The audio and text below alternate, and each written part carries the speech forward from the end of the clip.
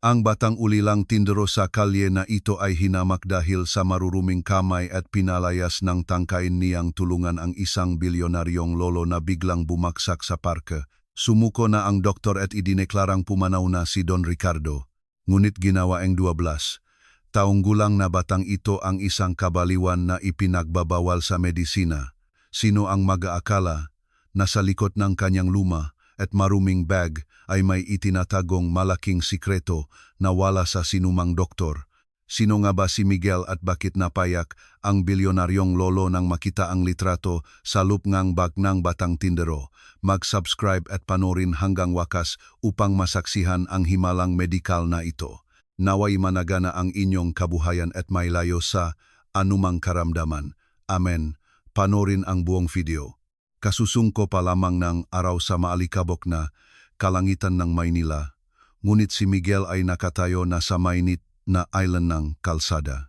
Pasan-pasan 12 taong gulang na batang lalaki ang isang kahong gawa sa kahoy na nakasabit sa kanyang lig gamit ang isang lumang tali. Sa loob nito ay mayos na nakasalansa ng mga bote ng mineral water, tissue at ilang pakete ng candy. Si Miguel ay isang tindero sa kalye na araw-araw na nakikipagbuno sa Uzok Nieme Gatambutso sa harap nien St. Michael's Medical Center. Si Miguel ay isang ulilang lubos. Namatay ang kanyang ama noong sanggol pa lamang siya at sumunod naman ang kanyang ina 3 taon na ang nakalipas dahil sa sakit na hindi na ipagamot dahil sa napakalaking gastos. Mula nun, ang kalsada na ang nagsilbing paaralan niya at ang pagtitinda ang paraan niya para mabuhay. Ngunit si Miguel ay hindi isang ordinaryong bata. Sa likod ng kanyang luma at maruming damit at balat na sunok sa araw ay naktatago ang isang pambihirang talas ng isipan. Kapag pula ang ilaw trapiko, hindi lang basta nag-aalok ng paninda si Miguel. Sa kanyang kaliwang kamay, palagi siyang may hawak na isang gamit ng librong medikal na kalahati na lang ang pabalat. Nung umagang iyon, pinag-aralan niya ang kabanata tungkol sa cardiology, ang pag-aral tungkol sa puso. May pambihirang kakayahan si Miguel na tinatawag na photographic memory. Isang beses niya lang basahin ang lokasyon ng mga ugat o ang mga pamamaraan ng first aid. Ang impormasyong iyon ay permanenteng nakatanim na sa kanyang isipan na parang inukit sa bato. Tubig po, kuya. Tissue, ate. Sigaw niya na may paus ngunit magalang na boses sa tuwing lalapit siya sa mga bintana ng sasakyang mahigpit na nakasara. Kahit nagipit sa buhay, si Miguel ay mayroong napakahinahon, masusi at mapagkumbabang pag-ugali. Natuto siya sa sariling sikap mula sa mga librong binibili niya sa mga nagbebenta nga lumang gamit o mga medical magazine na itinatapon sa basurahan ng ospital. Para kay Miguel, ang kaalaman ang tanging bagay na hindi mananakaw sa kanya. Nais niyang maging doktor hindi para yumaman, kundi dahil ayaw niyang may ibang taong mawalan ng magulang dahil lamang sa walang pambayad sa pagpapagamot tulad ng kanyang naranasan. Sa loob ng kanyang maliit at kupas na sling bag, palaging dala ni Miguel ang isang kakaibang gamit pandigma para sa isang tindero sa kalye. Isang lumang stethoscope na siya mismo ang nakumpuni at ilang ampule ng emergency medicine na detalyado niyang pinag-aralan ang gamit. Ngunit ang pinakamahalagang bagay para sa kanya ay isang kupas na larawan ng isang lalaking nakasuot ng puting Amerikana na nakatago sa isang plastic na wallet. Iyon ang nag-iisang alaala niya sa kanyang ama, Danan Datila. Tuwing Biyernes, may isang tanawin siyang palaging inaabangan. Isang makintab at mahabang itim na sedan ang palaging humihinto sa traffic light kung saan siya nagtitinda. Sa loob ng sasakyan ay nakaupo ang isang matandang lalaki na maputi ang buhok at may bakas ngang karunungan sa mukha. Siya si Don Ricardo, isang bilyonaryong pilantropo na madalas mabasa ni Miguel sa mga lumang diaryo. Minsan, naktama ang kanilang mga mata sa siwang ng bintanang kotse. Si Miguel, na may hawak na bote ng mineral water, ay magalang na tumango mula sa malayo. Si Don Ricardo, nasa kabilang yaman ay mapakumbaba, ay sinuklian ang tangongang isang maliit ngunit tapat na ngiti. Hindi alam ni Don Ricardo na ang batang tindero ay hindi nakatingin sa karangyaan ng kanyang sasakyan. May ibang bagay na masusing pinakmamasdan si Miguel, isang bagay na napaka-kritikal. Sa kanyang matalas na tingin, napansin ni Miguel na mayroong mali kay Don Ricardo. Napansin niya ang tibok ng ugat sa lik ni Don Ricardo na tila hindi matatag at ang kulay ng magakuko nga matanda na medyo lilang-lila, isang senyales ng malalang kakulangan sa oxygen, congestive heart failure, early phase. Bulong ni Miguel sa sarili habang inayos ang pagkakasabit ng kanyang kahon. Mukhang maayos lang ang matanda sa labas, ngunit sa loob, ang kanyang puso ay hirap ng lumaban. Ang barong-barong ni Miguel ay nasa isang masikip na eskinita sa likod ng matatayok na gusali. Ang kaibahan ng buhay doon ay napakatindi. Sa isang paning ang kalsada ay ang karangyaan ng mundo ni Don Ricardo, at sa kabilang panig ay ang mainit na semento kung saan nakikipagsapalaran si Miguel. Alam na alam ni Miguel ang kanyang posisyon sa mata ang lipunan. Isa lamang siyang ulilang bata na madalas ituring na sagabal sa tanawin ng lungsod. Ngunit sa likod ng kahon ng kanyang paninda ay may nakatagong kaalamang medikal na malapit ng maging tagapamagitan sa pagitan ng buhay at kamatayan para sa pinakamakapangyarihang tao sa siyudad. Mas mabigat at maalinsangan ang pakiramdam ng umagang iyon. Nakaramdam si Miguel ng masamang kutob nang makita niyang lumiko ang sasakyan ni Don Ricardo papunta sa parkang lungsod, hindi sa ospital. Agad niyang inayos ang kanyang paninda at nagsimulang maglakad kasunod naga direksyon naga sasakyan. Mabilis na naglakad si Miguel, tumawid sa luntiang espasyo na naghihiwalay sa malaking kalsada at sa lugar NG Parque de Esperanza. Ang kahon ng paninda na nakasabit sa kanyang leg ay paminsan-minsang tumatama sa kanyang dibdib na lumiliha ng tunok mula sa mga boteng naguumpugan. Para sa kanya, ang tanawin ng umagang, ito ay hindi pangkaraniwan. Karaniwang dumidiretso si Don Ricardo sa kanyang gusalingang opisina, ngunit ngayon ay bumaba siya sa parke. Marahil para sa kaunting ehersisyo ayon sa payong doktor, o iyon man lang ang isipin ng mga karaniwang tao. Mula sa layong na 15 metro, huminto si Miguel sa ilalim ng lilim ng isang malaking puno ng akasya. Kumuha siya ng isang pirasong tisyu mula sa kanyang paninda para punasan ang pawis na may halong alikabok sa kanyang noo. Ang kanyang mata ay nanatiling nakatuon sa grupo ni Don Ricardo. Doon, si Don Ricardo ay napakabagal maglakad, inaalalayan ng kanyang panganay na anak na si Rico na abala sa kanyang cellphone at si Dr. Adrian na may bitbit na mamahaling medical bag sa balikat. Ang sitwasyon ay mukhang normal. Ang mataong dumadaan sa parke ay nakikita lamang ang isang bilyonaryo na nagagalak sa kanyang katandaan. Ngunit para kay Miguel, mayroong isang nakakatakot na kahinaan sa bawat galaw ni Don Ricardo. Pinagmasdan ni Miguel ang ritmo NG Pahinga ni Don Ricardo. Sa bawat hakbang, tumataas ang balikat ng matanda, isang klinikal na senyales ng paggamit ng mga karagdagang kalamnan sa pahinga dahil ang kanyang mga baga ay nagsisimula ng mapunong likido dahil sa pagpalya ng puso na magpum ng epektibo. 1, 2, 3, bilang ni Miguel sa isip sa bilis ng pahinga ni Don Ricardo. Masyadong mabilis. Hindi siya dapat naglalakad sa ilalim ng tirik na araw na ganito. Ang kalagayan mismo ni Miguel ay nasa bingit din ng kahirapan. Hindi pa siya kumakain mula pa kagabi at ang kanyang kahon ay puno pa rin. Ang target niyang benta para sa araw na iyon ay malayo pa para makabayad sa upang ng kanyang barong-barong sa susunod na buwan. Ngunit ang kanyang atensyon ay ganap na nakatuon sa kalagayan ni Don Ricardo. Sa kanyang matalas na isipan, nakikita ni Miguel ang diagram ng puso na dati niyang pinaaralan mula sa isang lumang medical journal. Nakikita niya ang potensyal ng cardiac arrest o bigla ang paginto ng puso kung hindi agad ititigil ang pisikal na pagod ni Don Ricardo. Si Rico, na tila nainip, ay patuloy na minamadali ang kanyang ama. Dad, kung masyado kang mabagal maglakad, hindi tayo aabot sa meeting natin sa investor bago magtanghalian. Halika na, kaunti na lang hanggang sa dulo ng parke. Sinubukan ni Don Ricardo na ngumiti kahit na lalo siyang namumutla. Sandali lang Rico, Medyo mabigat ang hininga ko, sumingit si Dr. Adrian. Habang mabilis na kinukuha ang pulso ni Don Ricardo sa pulsuhan, pagot lang yan, Ginoong Rico. Stable naman ang blood pressure ni Don Ricardo kaninang umaga. Epekto lang ito ng medyo malinsang ang hangin. Nang marinig iyon, kumunot ang nuni Miguel. Mali bulong niya. Mali ang doktor na yan. Hindi niya nakikita ang jugular venous distension sa lig ni Don Ricardo. Senyales yang tumataas na presyon sa kanang bahaging puso. Naglakas loob si Miguel na lumapit. Hindi siya hihingi ng pera. Gusto niya lang mag-alok ng mineral water para makapagpahinga sandali si Don Ricardo. Dahan-dahan siyang lumakat patungo sa grupo, sinusubukang panatilihin ang pagiging magalang bilang isang tindero. Pasensya na po, Gino. Lolo, gusto niyo po ang tubig? Ang boses ni Miguel ay nag-alangan ngunit taos puso.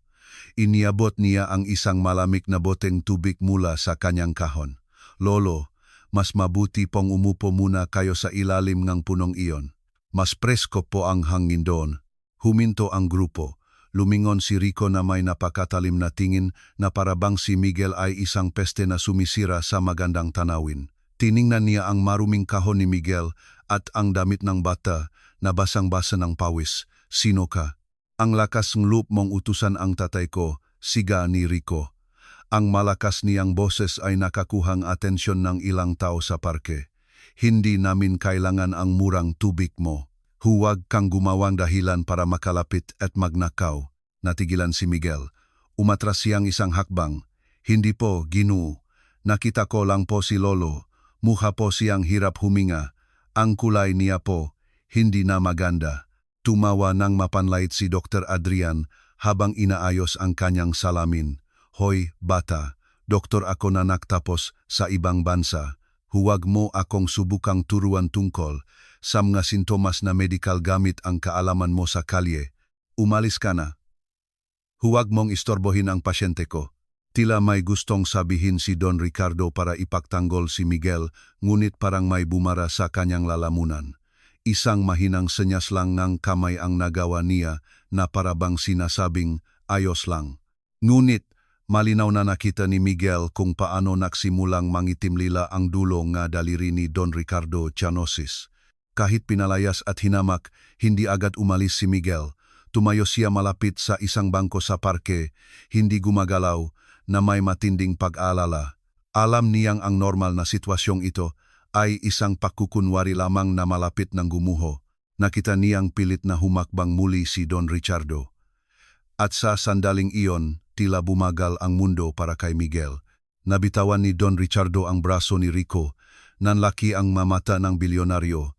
Hinawakan niya ang kanyang kaliwang dibdib ng napakahigpit na natanggal ang butones ng kanyang damit.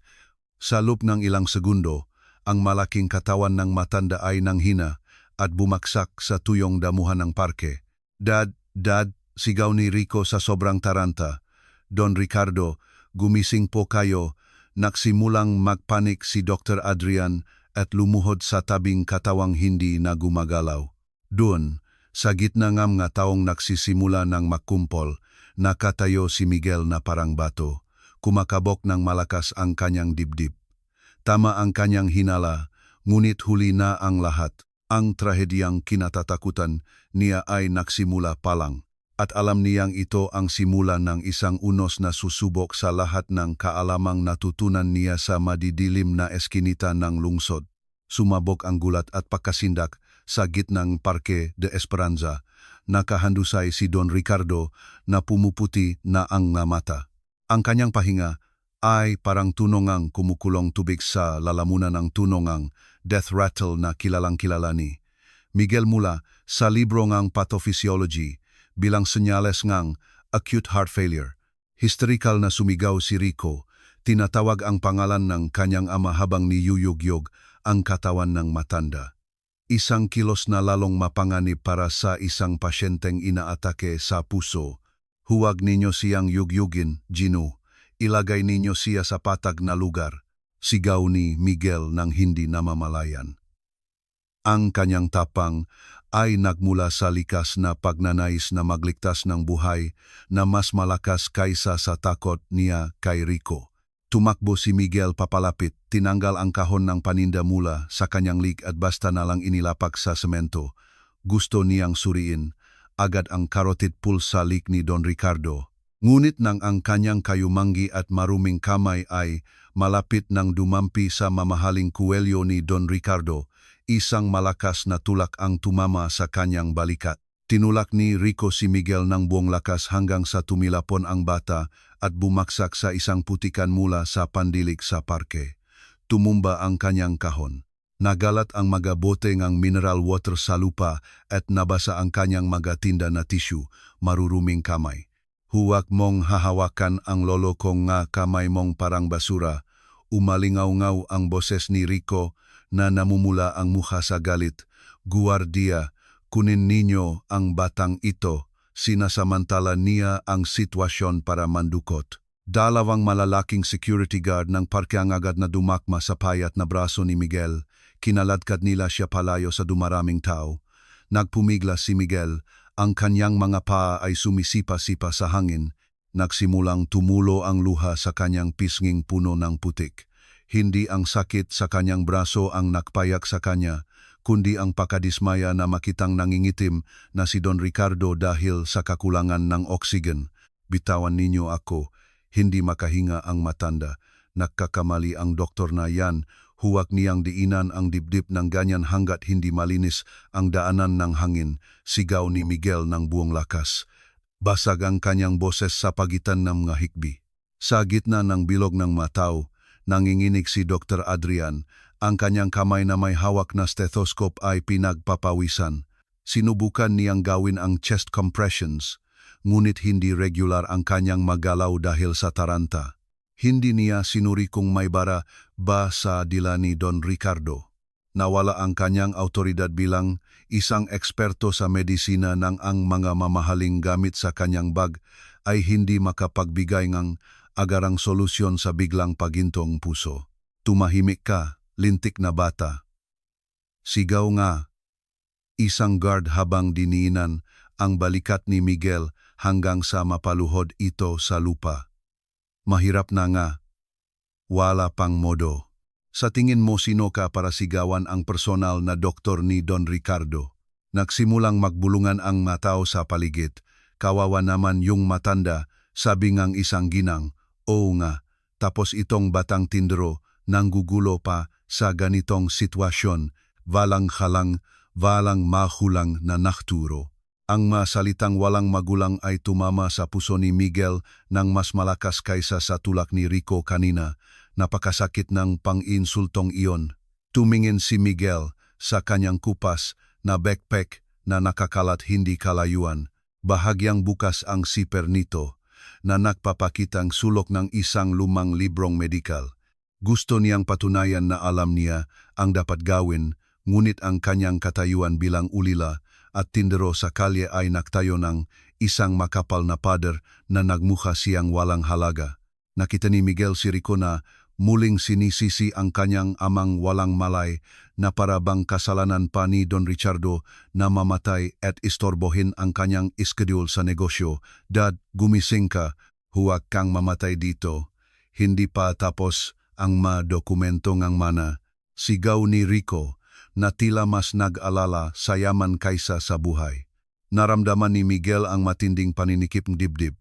Nakita niya si Dr. Adrian na nagsisimula ng sumuko. Huminto ang kanyang mga kamay sa pagpump at ang mukha ng doktor ay nagpakita ng kawalan ng pag-asa. Hindi na gumagalaw si Don Ricardo. Sa matang nga tao, ang matanda ay pumanaw na. Sa kalagayang hinahamak, nababalutan ng putik at hawak ng gagwardiya, si Miguel ay humagulgol na lang. Tumingin siya sa langit. Naalala ang mukha ng kanyang ina na namatay din sa katulad na sitwasyon, pinabayaan dahil sila'y mahirap. Ang kahihiyan dahil sa hinamak na maruruming kamay ay humalo sa matinding galit. Ngunit sa gitna ng kawalan ng pag-asa, may napansin si Miguel na nahulog mula sa bukas na medical bag ni Dr. Adrian. Isang maliit na endotracheal tube na kailangan niya para buksan ang daanan ng hangin ni Don Ricardo. Ito na ang sukdulan. Alam ni Miguel na kung mananahimik lang siya at iya, tuluyan ng mamamatay si Don Ricardo sa loob ng ilang minuto.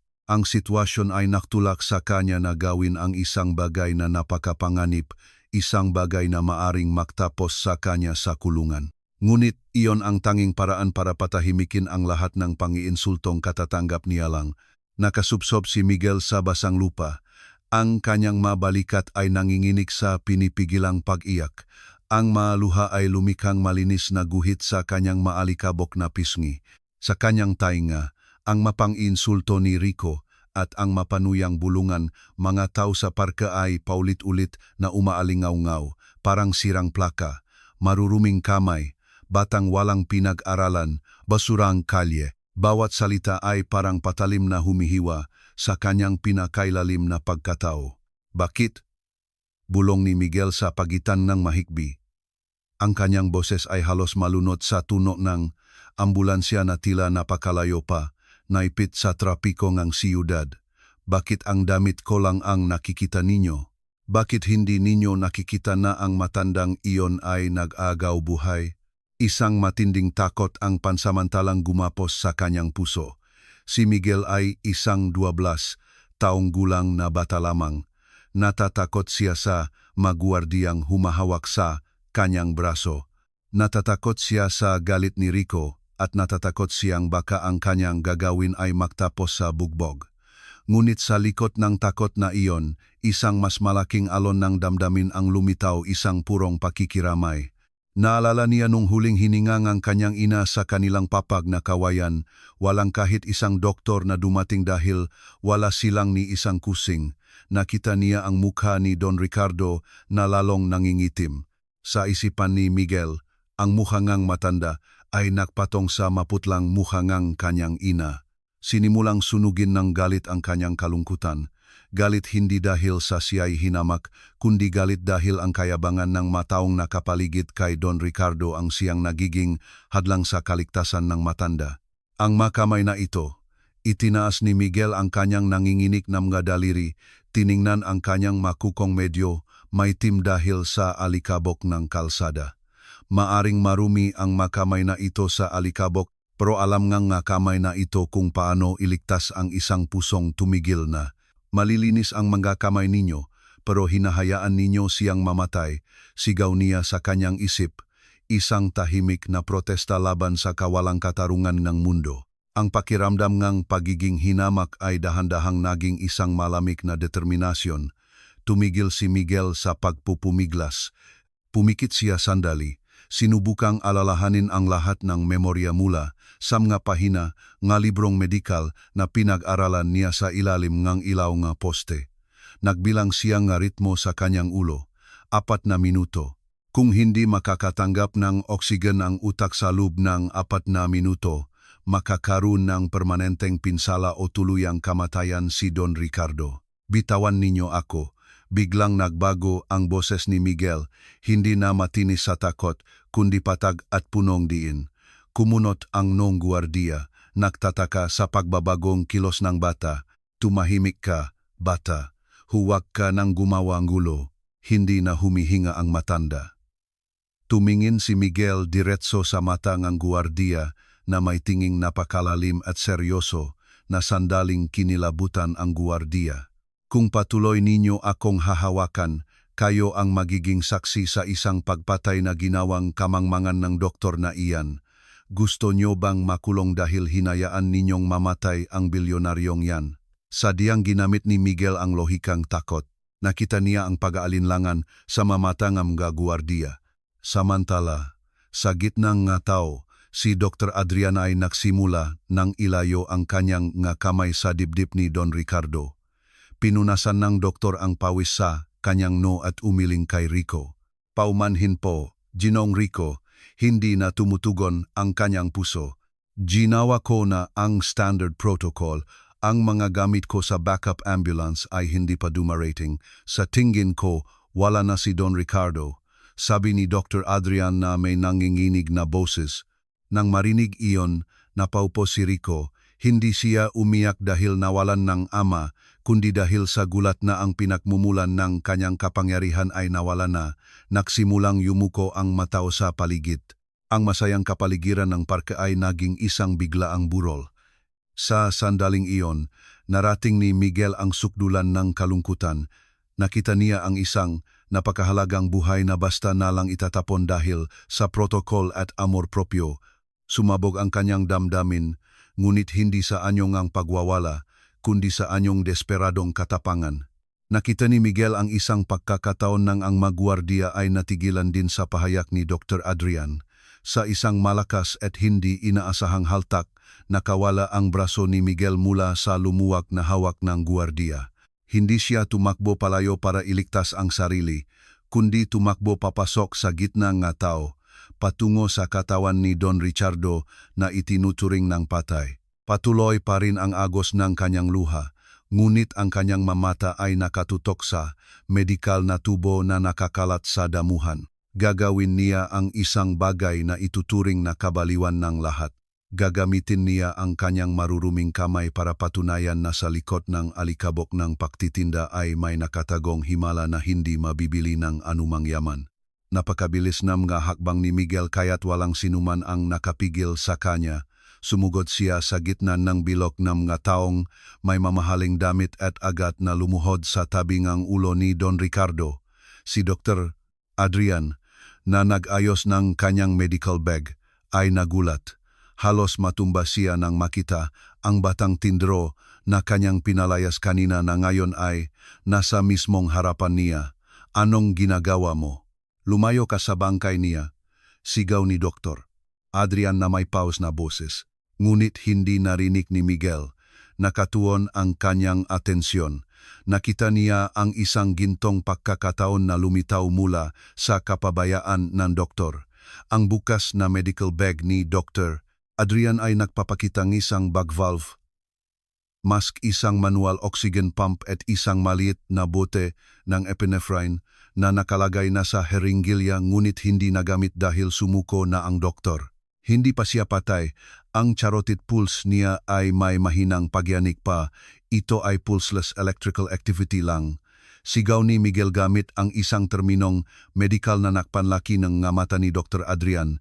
Paanong nalaman ngang isang batang tindero ang ganong partikular na termino? Si Rico, na nakaupo paring nang hihina, ay tumayo na may natitirang galit. Alisin niyo ang basurang batang yan. Dinudungisan niya ang katawan ng tatay ko. Ngunit bago pa man mahila ni Rico ang kuwelyo ni Miguel, isang malalim at mahinahong boses ang pumigil sa kanya. Sandali. Hayaan ninyo siya.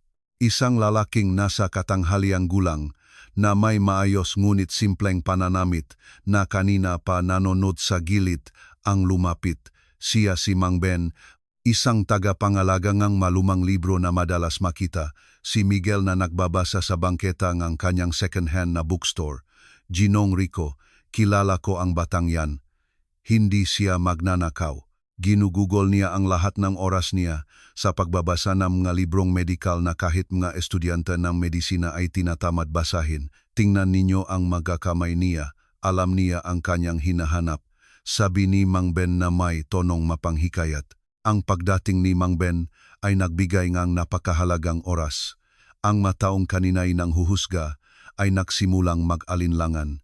Sandaling natahimik si Rico, humihingal, ang kanyang mata ay nagpapalipat-lipat sa pagitan ni Dr. Adrian na mukhang duwag at ni Miguel na mahinahon ngunit mabilis na inaayos ang posisyon ng ulo ni Don Ricardo. Nakita ito ni Miguel bilang kanyang nag-isang pagkakataon. Ang ambulansya ay naririnig pa rin sa malayo na antala ng sasakyang ayaw tumabi. Kung hindi siya kikilos ngayon, ang oksigen sa utak ni Don Ricardo ay tuluyang hihinto sa loob ng ilang segundo. Ginong doktor, tiningnan ni Miguel si Adrian na may gamatang basa pa sa luha ngunit matalas. Kung susuko kayo ngayon, bangkay lang ang may uwi ninyo. Pero kung tutulungan niyo akong buksan ang daanan ng hangin na ito, may pag-asa pa tayo. Pakidiinan po ang bahaging ito. Itinuro ni Miguel ang cricoid cartilage sa lig ni Don Ricardo, isang selic maneuver para mapadali ang intubation. Natigilan si Dr. Adrian. Ang kaalaman ngang batang ito ay hindi lang basta tapang, ito ay kakayahan. Ang kanyang hiya bilang isang senior na doktor ay nagsimulang matabunan na, pakamangha at nga natitirang alaalang kanyang sinumpaang tungkulin. Nang hindi namamalayan, lumuhod muli si Dr. Adrian. Sigurado ka bang kaya mong mag-intubate? Bata ka lang. Nakita ko na po ang larawan nito ng libu-libong beses. Pinraktis ko na po ito sa isang sirang manikin na nakita ko sa basurahan ng St.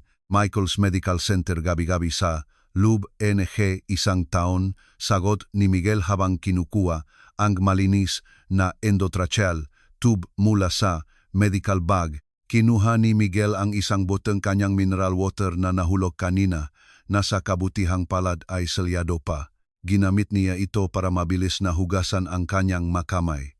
Isang simbolikong kilos para ipakita na kahit tindero siya, alam niya ang kahulugan ng kalinisan. Sa ilalim ngang di makapaniwalang tingin ng daan-daang pares ng mata sa parke, isang imposibleng tanawin ang naganap. Isang bilyonaryo na nasa binggit na kamatayan, isang personal na doktor na nawalan na direksyon, at isang batang ulila na may hawak na kontrol. Sinimulan ni Miguel na ipasok ang tubo ng maingat ngunit matatag. Hindi siya nanginginig. Sa sandaling ito, hindi na siya si Miguel, ang tinderong hinahamak. Siya ang nag-iisang pag-asa ni Don Richardo. Ang hindi inaasahang pagkakataong ito ay hindi nagmula sa suwerte, kundi sa paghahandang ginawa niya sa katahimikan sa loob ng maraming taon sa kanyang madilim na barong-barong. Ngunit, nang may pasok na ang tubo, isang bagong problema ang lumitaw. Muling tumaas ang boses ni Rico nang makitang pinakikialaman ng isang estranghero ang kanyang ama. Itigil niyo yan, kabaliwan to, magguwardiya, bakit nakatayo lang kayo diyan, kalat ka rin niyo na siya ngayon din. Ang sitwasyon na kanina'y nagbibigay pag-asa ay muling uminit. Hindi matanggap ni Rico ang katotohanan na ang dangal ng kanilang pamilya ay nakasalalay ngayon sa maruruming daliri ng isang batang ulila. Hindi na lang sumisigaw si Rico. Kumilos siya ng may buong galit. Para sa kanya, ang tanawin ngang isang batang tindero na nagpapasok ng tubo sa bibig ng kanyang ama ay isang malaking insulto sa dignidad ng kanilang pamilya. Wala siyang pakialam sa mga terminong medikal o sa pagtatanggol ni Mang Ben. Sa kanyang mga mata, si Miguel ay isang mikrobyo na dumudungis sa banal na katawan ng kanyang ama. Bitawan mo ang tatay ko, demonyong bata. Hinablot ni Rico ang balikat ni Miguel ng marahas. Si Miguel na abala sa pagpapanatili ng posisyon ng tubo para hindi masugatan ang trakya ni Don Ricardo ay natumba patagilid. Halos matanggal ang tubo kung hindi ito agad na nahawakan ni Dr. Adrian. Bumaksak si Miguel sa damuhan. Ang kanyang likod ay tumama sa kanyang wasak na kahon. Ang manatirang lata at plastik ay tumusok sa kanyang likuran. Ngunit agad siyang bumangon muli. Ginoo, huwag po. Kung magagalaw ang tubo, babaksak po ang baga niya. Pakiusap ni Miguel na may paus na boses. Ngunit ang matao ay nagsimula nang magpadala sa galit ni Rico. Ang ilan na kanina panandidiri sa presensya ni Miguel ay nagsimulang sumigaw. O, tama, paanong malalaman ng isang bata kung paano manggamot? Sabi ngang isang lalaking nakasuot ng mamahaling sportswear. Baka sinasadya niyang saktan si Don Ricardo para makahingi ng pera. Ang mga gwardiyang kanina'y nag-alinlangan ay muling lumapit dahil sa utos ni Rico. Kalat ka rin niyo yan. Kung kailangan, igapos niyo ang mga kamay niya. Utos ni Rico. Nasa napakahirap na posisyon si Dr. Adrian. Sa isang banda, nakikita niya ang katotohanan sa teknik na ginawa ni Miguel. Ang tubo ay nakalagay ng may kahangahangang katumpakan. Sa kabilang banda, takot siya kay Rico na siyang kanyang amo. Ginoong Rico, sandali lang. Mukhang alam ngang bata. Pati ikaw, Adrian. Putol ni Rico habang dinuduro ang mukha ang doktor. Binabayaran ka ng malaki para iligtas ang tatay ko. Tapos hahayaan mo lang ang isang pulubing paglaruan ang buhay nga amo mo. Sisantahin kita at sisiguraduhin kong babawiin ang lisensya mo. Ang banta na iyon ay nagpaduwag kay Dr. Adrian. Binitawan niya ang hawak sa manual oxygen pump. Nakita ito ni Miguel nang may pagkasinda. Kung walang tulong ng pump, walang silbi ang tubo na kanyang inilagay. Hindi pa rin nakakatanggap ngang oksigen sa utak si Don Ricardo. Ang mukha ngang bilyonaryo ay nagsimula nang magbago mula sa pagiging maputla patungo sa kulay abo. Pakiusap, kaunti na lang. Babalik ang tibok ng puso niya kung bibigyan natin siya ng oksigen at estimulasyon sa nerve point na ito. Gumapang si Miguel papalapit, binalewala ang sakit sa kanyang likuran. Ngunit sinipa ni Rico ang kaon ni Miguel hanggang sa tumalsikang laman nito papunta mismo kay Miguel. Umalis ka, akala mo kung sino ka? Isa ka lang ulilang iniwan ng mga magulang mo dahil kahit sila nahihiya na magkaroon ng anak na tulad mo. Napakalupit ng mga salitang iyon. Natigilan si Miguel. Ang sugat sa kanyang puso ay mas mahapdi kaysa sa anumang pisikal na sakit. Nakita niya ang mga taong nakapaligid sa kanya na nakatingin ng may panghuhusga na parabang ang kanyang kahirapan ay isang krimen. Walang naktanggol, kahit si Mang Ben ay hinarangan ng maguwardiya para makalapit. Lalong tumindi ang gulo ng buhatin ng isang guwardiya si Miguel ng pilit at ibalibak palayo sa katawan ni Don Ricardo. Bumaksak si Miguel sa magaspang na semento ng parke. Dumugo ang kanyang siko at tumilapon ang kanyang backpack ng ilang metro. Samantala, sinubukan ni Dr. Adrian na muling kontrolin ang sitwasyon, ngunit ginawa niya ito ng may nanginginih na mga kamay. Sinubukan niyang makpum ng oksigen, ngunit dahil hindi na hawak ni Miguel ang posisyon ng ulo, ang hangin ay hindi pumasok sa baga, kundi sa tiyan. Nagsimulang lumobo ang tiyan ni Don Ricardo. Mali. Hindi po ganyan. Sigaw ni Miguel mula sa malayo habang humahagulgol. Papatayin niyo siya, doktor. Itaas niyo po ang baba niya ng bahagya pakaliwa. Tumahimik ka. Sigaw ni Rico habang kinukuha ang isang bote ng mineral water mula sa natirang paninda ni Miguel at ibinuhos ito sa mukhang bata. Isara mo yang marumi mong bibig. Nabulunan si Miguel sa tubig. Basa ang kanyang mukha. May halong luha at alikabok. Nakita niya ang portable heart monitor, nadala ng mga medical staff ng parke na kararating lang na nagpapakita ng isang halos tuwid na linya. Nagsimulang marinig ang isang mahaba at walang pagbabagong tunog, ang linyang kamatayan. Tila nawala ang pag-asa. Ang lahat dun, kasama na ang mga bagong dating na medics, ay nagsimulang umiling. Napaluhod si Rico, tinatakpan ang kanyang mukha hindi dahil sa lungkot, kundi dahil alam niyang maaring magtapos na ang kanyang karangyaan ngayon. Si Miguel, na ngayon ay nasa pinakamalayong pwesto, ay nakatingin sa kanyang backpack na nakahandusay sa lupa. Sa loop nito, bahagyang sumisilip ang larawan ng kanyang ama mula sa sirang zipper. Tila tapos na ang lahat. Gumuwang mundo ni Miguel. Sinubukan niya. Hinamak siya.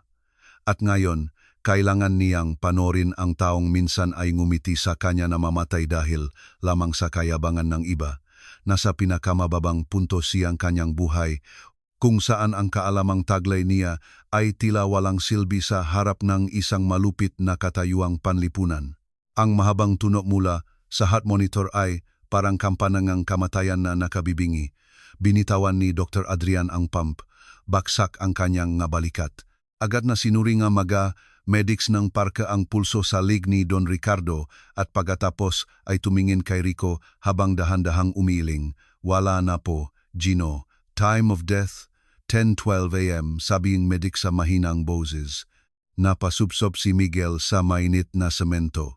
Dumudugo ang kanyang dalawang tuhod at napakahapding ang kanyang siko. Ngunit ang hapdi sa kanyang balat ay walang-wala kumpara sa pagkawasak ng kanyang damdamin.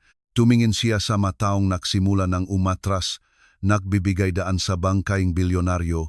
Nakita niya si Rico na nagsimulang humagulgol isang pekeng pagiyak dahil paminsan-minsan ay sumusulyap pa rin ito sa kanyang mamahaling relo.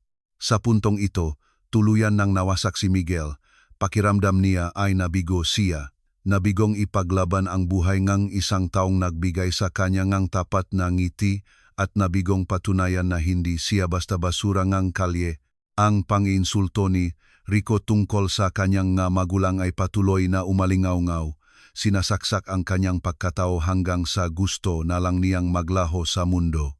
Itay, inay, patawarin niyo po si Miguel, bulong niya. Kinuha niya ang kanyang tumilapong backpack. Niyakap niya ito ng mahigpit na parabang ang kupas na bag na iyon ang tanging proteksyon niya sa malupit na mundong ito.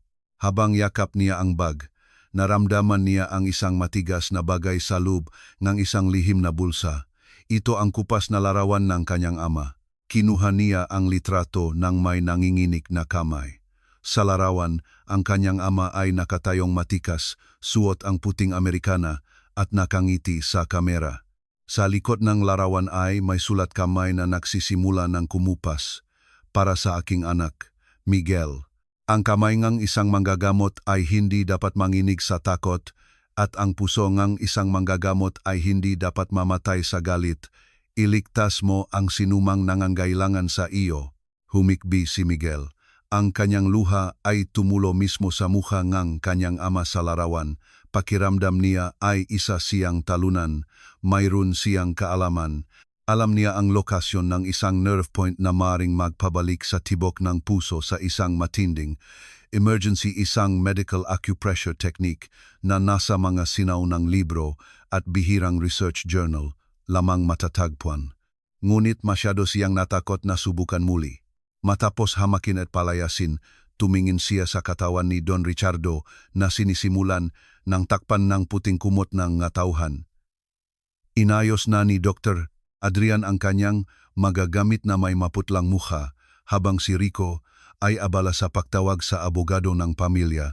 Walang sinuman sa kanila ang tunay na nagmamalasakit na sa ilalim ngang puting kumot na iyon ay may isang taong ang buhay ay nawala dahil sa kanilang sariling ego. Bigla, may napansin si Miguel mula sa layong 10 metro. Sa ilalim ngang nakakapasong sikat ng araw, nakita niyang bahagyang gumalaw ang dulo ng nga daliri ni Don Ricardo na nakalaylay sa gilid ng puting kumot na pakaliit na paggalaw. Isang malit na kislot na maring ituring na post-mortem contraction no karaniwang tao. Ngunit para sa photographic na mata ni Miguel, iyon ay isang Lazarus phenomenon, ang biglaang pagbabalik ng sirkulasyon kahit napakahina na nangangailangan ng agarang tulong. Nandiyan pa siya, bulong ni Miguel. Ngunit naalala niya muli ang sakit ng itulak siya, ang hiya ng buhusan ng tubig at ang nandidiring tingin ng gatao. Kung susugot siyang muli, baka mas malala pa ang abutin niya. Kung mabigo siya, baka akusahan pa siyang pumatay. Naramdaman niyang dumilim ang kanyang mundo. Nawala ang kanyang pag-asa at ang kabiguan ay parang sumasakal sa kanyang lig. Wala ring silbi, Miguel. Isa ka lang tindero. Hindi kanila pakikinggan. Bulong ang madilim na bahagi ng kanyang isip. Ngunit nang tingnan niya muli ang larawan ng kanyang ama, naalala niya ang ngiti ni Don Ricardo sa loob ng kotse. Isang ngiti na hindi minamaliit ang kanyang kahon ng paninda. Isang ngiti na itinuring siyang tao. Pinunasan ni Miguel ang kanyang luha gamit ang likod ng kanyang maruming kamay. Tumayo siya na nanginginig pa rin ang mabinti. Alam niyang kung mananahimik siya ngayon, pagsisisihan niya ito habang buhay. Hindi na ito tungkol sa pagpapatunay ng sarili kay Rico o sa mga mayayamang tao. Ito ay tungkol sa pangako niya sa kanyang ama at sa buhay ng isang taong naging mabuti sa kanya. Huminga siya ng malalim, binalewala ang hapdi sa buong katawan. Sa pinakamababang puntong ito, napagtanto niyang wala na siyang ibang pwedeng isugal kundi ang sarili niyang buhay. Tiningnan niya ang puting kumot na nakatakip kay Don Ricardo na may bagong determinasyon. Patawarin niyo po ako, itay. Ngayon, kailangan kong maging pasaway para sa katotohanan, bulong niya. Inilapag ni Miguel ang kanyang bag, hinikpitan ang sinturon ng kanyang maluwag na pantalon, at naghanda para sa isang kabaliwan na magtatakdang kanyang kinabukasan. Hindi niya hahayaang basta na lang manalo ang kamatayan sa harap ng kanyang mata. Natahimik na ang paligid sa tabi nga katawan ni Don Ricardo. Tanging formal na higbi na lang at bulungan ngam mataong paalis na ang naririnig. Handa na ang mga medics na buhatin ang stretcher para dalhin ang bangkay sa ambulansyang nakalusot na rin sa wakas sa trapiko. Nakatalikod si Rico sa kanyang ama. abala sa pakikipag-usap sa telepono tungkol sa anunsyo ng stock ng kumpanya. Sa sandaling bumaba ang pagbabantay ng lahat, gumawa ngang malaking desisyon si Miguel, hindi siya tumakbo ng sumisiga. Gumalaw siya na parang anino, sumingit sa pagitan nga tao na may bilis na dalang purong adrenalin. Bago pa man may makakilos, nasa tabi na ulit siyang katawan ni Don Ricardo. Sa isang matapang na haltak, tinanggal niya ang puting kumot na nakatakip sa mukhang matanda. "Anong ginagawa mo, demonyo?" Sigaw ni Rico. Nabitawan ang kanyang cellphone sa semento. Hindi sumagot si Miguel. Alam niyang wala pang 60 segundo ang meron siya bago siya muling kalatkarin ng mga guardia. Hindi siya gumamit ng mamahaling gamit medikal na wala sa kanya. Ginamit niya ang kanyang kaalaman sa mga nerve, meridian at isang napaka-espesipikong precordial thumb, isang teknik na natutunan niya mula sa isang lumang emergency medicine journal ng kanyang yumaong ama. "Huwag kayong lalapit, kung hahawakan niyo ako ngayon, tuluyan na siyang mamamatay," sigaw ni Miguel na may boses na umalingaw-ngaw na sandaling nagpatigil sa mga guardia sa gulat. Ikinuyom ni Miguel ang kanyang maliit na kamao. Ipinosisyon niya ang puno ng kanyang palat sa ibabaw mismo ng dibdib ni Don Ricardo, bahagyang pakaliwa. Sa medisina, ito ay isang mapanganib na kilos na tinatawag na precordial thumb, nagbibigay ng mekanikal na gulat para muling paganahin ang pusong huminto sa isang partikular na yugto. Kung makamali ng kaunti, maaring mabali ang tadyang ni Don Ricardo at tumusok sa baga. 1, 2, bilang ni Miguel sa isip. Sandali siyang pumikit, iniisip ang anatomiya ng puso sa likod ng dibdib ni Don Ricardo. Blag! Isang malakas na dagok ang lumapak sa dibdib ni Don Ricardo. Napasigaw sa takot ang mga tao. Sumugot si Rico na punong galit ang mukha. "Binubugbog mo ang bangkay ng tatay ko. Balif ka, psychopath." Nahawakan ni Rico ang balikat ni Miguel at ibinalibak ang bata patagilid. Bumaksak si Miguel. Tumama ang kanyang ulo sa gilid na metal na stretcher, ngunit hindi siya sumuko. Habang gumagapang pabalik, hinawakan niya ang mga daliri ni Don Ricardo at dininan ang isang nerve point sa ilalim ng kukong gitnang daliri ng buong lakas, isang teknik ng central nervous system stimulation na napakasakit, ngunit kayang mag-trigger ng response. "Pigilan niyo siya, bugbugin niyo," utos ni Rico sa mga guardia. Itinaas ng isang guardia ang kanyang batuta, handang ihampas sa likod ni Miguel. Pumikit si Miguel, handang tanggapin ang sakit para sa kanyang desisyon. Ibinigay na niya ang lahat. Isinugal na niya ang kanyang buong pagkatao. Sa segundong iyon, tanging panalangin na lang ang nagawa ni Miguel na sanay hindi siya ipahamak nga kaalamang natutunan niya sa ilalim ng madilim na ilaw ng posta. Ang mga maruruming kamay na ito, pakiusap, gumana ka kahit isang beses lang, higbi ni Miguel sa kanyang isip. Sakto noong malapit nang lumapak ang batuta sa likod ni Miguel at sakto noong sisipain na sana ni Rico ang mukhang bata, isang tunok ang lumabas mula sa heart monitor na nakakabit pa rin sa katawan ni Don Ricardo. Beep! Isang maikling tunok. Natahimik ang lahat. Beep! Beep! Beep! Ang linyang kanina'y tuwid sa screen ay nagsimulang bumuong maliliit at hindi regular, ngunit totoong nga alon. Biglang umalok ng malakas ang katawan ni Don Ricardo. Umubo ang matanda, inilabas ang likidong bumabara sa kanyang lalamunan dahil sa maling pamamahala ni Dr. Adrian. Nganga si Dr. Adrian. Nahulog ang stethoscope sa kanyang kamay. Impossible. Return of spontaneous circulation. Bumalik siya. Natigilan si Rico. Nanlambot ang kanyang mabinti hanggang sa mapaluhod siya. Ang batutang guardia ay nanatiling nakabitin sa ere, ilang pulgada na lang mula kay Miguel. Ang buong parke ay biglang natahimik. Tanging ang tunok na lang ang monitor na nagsisimula ng maging regular at ang mabigat na pahinga ni Don Ricardo na muling lumalanghap ang hangin ng mundo ang naririnig. Napasupsop si Miguel sa tabing kamay ni Don Ricardo. Humihingal. Malakas ang agos ng kanyang luha na bumabasa sa semento. Hindi niya naramdamang nanalo siya. Naramdaman niya lang ang ginhawa dahil bumalik ang buhay na iyon. Ngunit, ang tunay na sorpresa ay hindi pa tapos. Nang dahan-dahang imulat ni Don Ricardo ang kanyang nanlalabong mga mata, hindi niya hinanap si Rico o si Dr. Adrian. Ang kanyang mahinang mga mata ay hinanap ang maliit na bata sa kanyang tabi.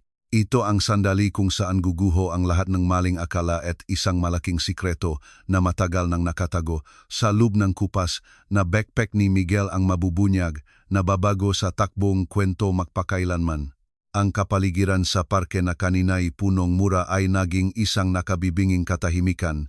Dahan-dahang umungol si Don Ricardo. Kumurap-kurap ang kanyang talukap bago tuluyang iminulat. Malabo pa ang kanyang paningin, ngunit ang kanyang mahinang kamay ay gumalaw para may kapain sa kanyang tabi. Hinawakan nito ang maliit na braso ni Miguel na nanginginig pa rin sa pagod at takot. "Lolo, bumalik na po kayo," bulong ni Miguel na may paus na boses. Ang kanyang luha ay tumulo sa kamay ni Don Ricardo. Sinubukang lumapit ni Rico. Ang kanyang mukha ay nagpapakita ng pakalito, pagitan ng ginhawa at kahihiyan. "Dad, naririnig mo ba ako? Doktor, I-check niyo siya. Salamat sa Diyos." Isang himala. Sinubukan ni Rico na angkinin ang sandali, na parabang ang kanyang panalangin ang nagligtas sa kanyang ama. Ngunit hindi tumingin si Don Ricardo kay Rico, tumingin siya ng diretso kay Miguel. Pagkatapos, ang kanyang mga mata ay napunta sa kupas na backpack na nakabukas sa semento kung saan sumisilip ang isang lumang litrato. Ang litratong yakap-yakap ni Miguel noong siya ay nasa pinakamababang punto. "Kunin mo ang litratong yan." Napakahinang boses ni Don Ricardo, halos bulong na lang. Si Dr. Adrian, na maputla pa rin sa hiya, ang kumuhang litrato at iniabot ito kay Don Ricardo. Nang makita ang larawan ng lalaking nakaputing Amerikana, napahinto ang pahinga ni Don Ricardo. Tumingin siya kay Miguel, na may napakalalim na tingin, isang tingin ng pagkakakilala at matinding pananabik. Dr. Antonio," bulong ni Don Ricardo. Maaring isipin nga mambabasa at mga tao sa parke na si Miguel ay isang batang desperado lang na nagkataong matalino. Ang totoo, si Miguel ay ang nag-isang anak ni Dr. Antonio, ang pinakamahusay na heart specialist na 10 taon na ang nakalipas ay nagsagawa ng pinakakumplikadong bypass surgery para iligtas ang buhay ni Don Ricardo. Mula pa sa simula, namana ni Miguel ang talento at mga medical notes ng kanyang ama, na sadyang itinago niya bilang nag-isang pamana. "Tatay ko po yan, Lolo," sagot ni Miguel habang humihikbi. "Namatay po siya 7 taon na ang nakalipas." Palagi po niyang ikinukwento ang isang pasyente na napakatapang at mabait na may magandang hardin. "Ngayon ko lang po nalaman na kayo pala yun nang makita ko ang ngiti niyo sa kotse." Lahat ng naroroon ay natulala. Ang katotohanang ito ay tumama na parang martilyo. Yumuko si Dr. Adrian. Ngayon niya lang napagtanto na hinamak niya ang anak ng mentor na pinakahinahangaan niya sa mundo ng medisina, na nigas si Rico. Ang kanyang mukha na kanina'y puno ng kayabangan ay naging kulay abo dahil sa matinding kahihiyan. Ang batang tinawag niyang basura at may maruruming kamay ay anak palang taong nagduktong sa buhay ng kanyang amang 1 dekada. Maruruming kamay. Itinaas ni Don Ricardo ang kamay ni Miguel na may halong alikabok at dugo at hinalikan ito ng may buong paggalang sa harap ng lahat. Ang kamay na ito ang kaparahong kamay na nakligtas sa akin 10 taon na ang nakalilipas. Ang duho ni Dr. Antonio ay dumadaloy sa mga kamay mo, anak. Biglang nagbago ang lahat sa parke. Ang magwardiyang kanina'y dumakma kay Miguel ay yumuko na ngayon bilang tanda ang paggalang. Ang mataong kanina'y nang huhusga ay nagsimulang magbulungan na puno ang pagsisisi. Sinubukang magsalita ni Rico. "Dad, hindi ko alam. Gusto lang kitang protektahan." "Tumahimik ka, Rico." Lumakas ang boses ni Don Ricardo kahit mahina pa siya. "Hinamak mo ang sarili kong buhay. Hinamak mo ang kaalaman at katapatan dahil lang sa nakita mong damit. Kung hindi dahil sa batang ito, mana lang ang makukuha mo, pero mawawala ang dignidad mo bilang tao. Agad na kumilos ang mamedics ng ambulansya ng may buong pagalang. Ngunit ngayon, hindi na nila magawang paalisin si Miguel. Sa senyas ni Don Ricardo, pinapasok si Miguel sa loob ng mamahaling ambulansya. Ang kanyang sirang kahon ay naiwan sa parke. Ngunit ang kanyang kupas na backpack ay mahigpit na niyakap ni Don Ricardo mismo habang nakahiga sa stretcher. Napakabilis ng pagbabago. Si Miguel na kanina ay binuhusan ng tubig at hinamak ay nakaupo na ngayon sa loob ng ambulansya bilang isang pandangal na bisita. Ang resulta ng kanyang katapangan at desisyon ay hindi lang nagligtas ng buhay, kundi ibinalik din ang dignidad ng kanyang ama na matagal nang nakalibing sa kahirapan. Habang umaandar sila patungo sa ospital, ang sirena ng ambulansya ay hindi na nakakatakot para kay Miguel. Ang tunog nito ay parang isang anunsyo ng tagumpay para sa isang batang ulila na sa wakas ay natakpuan na ang kanyang tahanan.